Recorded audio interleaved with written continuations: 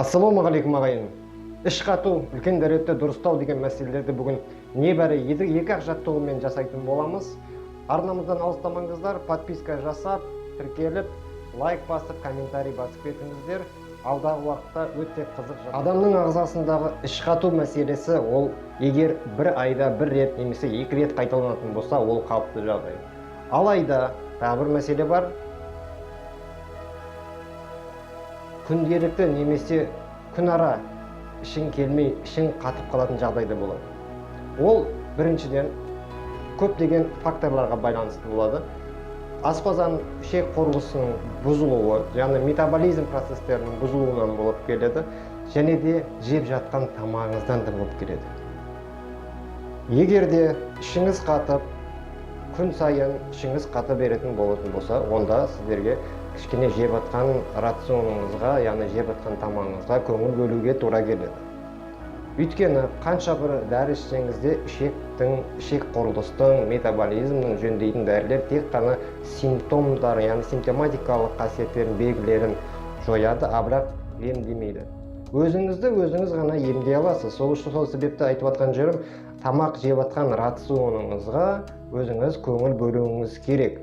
Және де айтып кетер жағдай бар, мынау вредные привычки дейміз, жағымсыз алкоголь ішу, немесе темекі, насыбай деген нәрселерді егер ішіңіз қатып жүрген болса, тоқтату керек.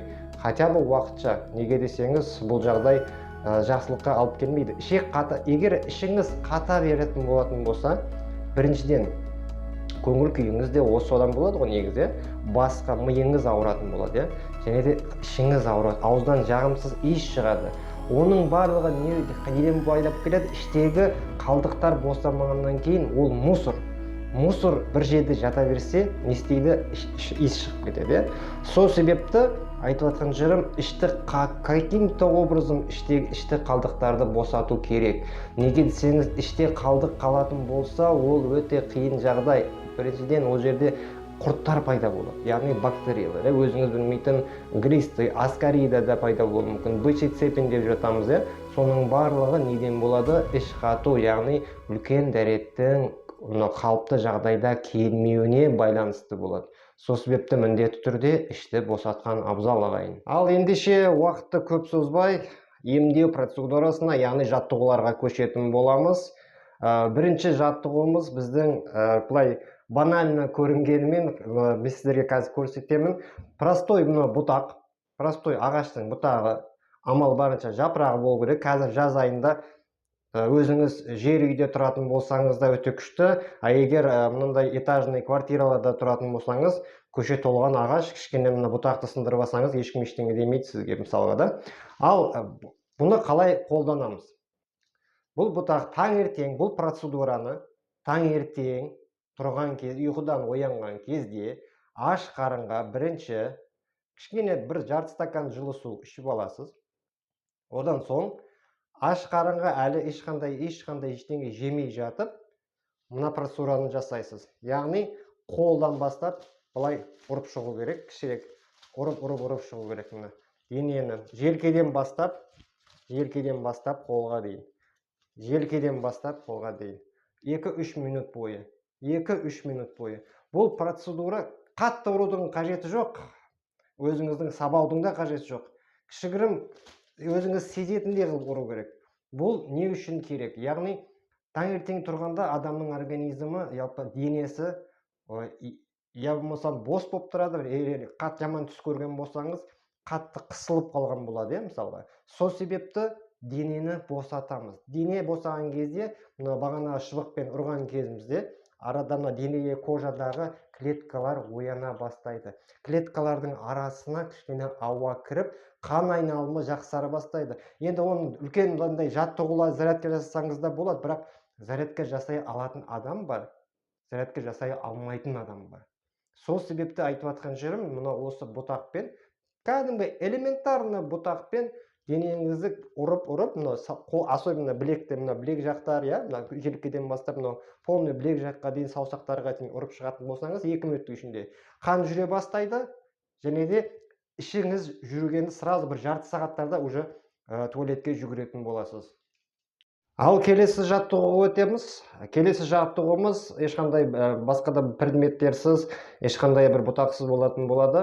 Таңертең тұрған кезде дәл осы процедураны, бағана процедура тура соған ұқсас. Жалпы аш қарынға тек қана жылы су ішіп аламыз, және де мынау іштегі теріні, егер сіз ер кісі болсаңыз, онда мына қарныңыз үлкен болатын болса, кішкене сізге оңай болады, өйткені қарнның терісін былай ұстап алуының өзі де оңай болады, сол үшін былай егер көріп жатқан болсаңыздар, менде ондай қарын да жоқ, басқа да жоқ.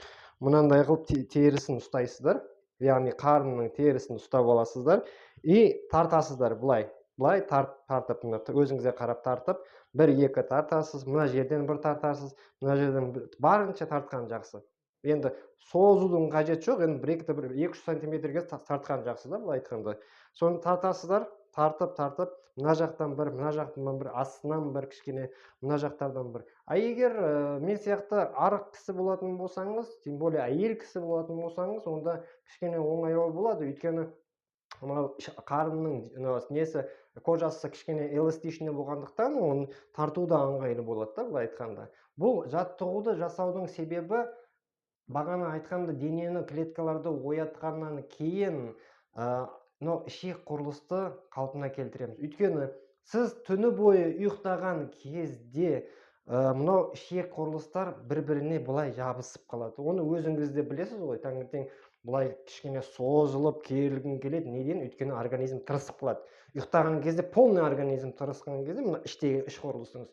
Сол кезде анау бағана айтқан жаттығуды қарындарды тартқан кезде ішектердің арасына кішкене қан жүріп, кислород жүретін болады, сізге былай жай тілмен айтып жатыр, мен сіздерге медицина терминдерін айтып жатқан жоқпын, өйткені көріп жатқан, тамашалап жатқан кісілердің көбісі медицинский терминдерді түсіне бермейді ғой.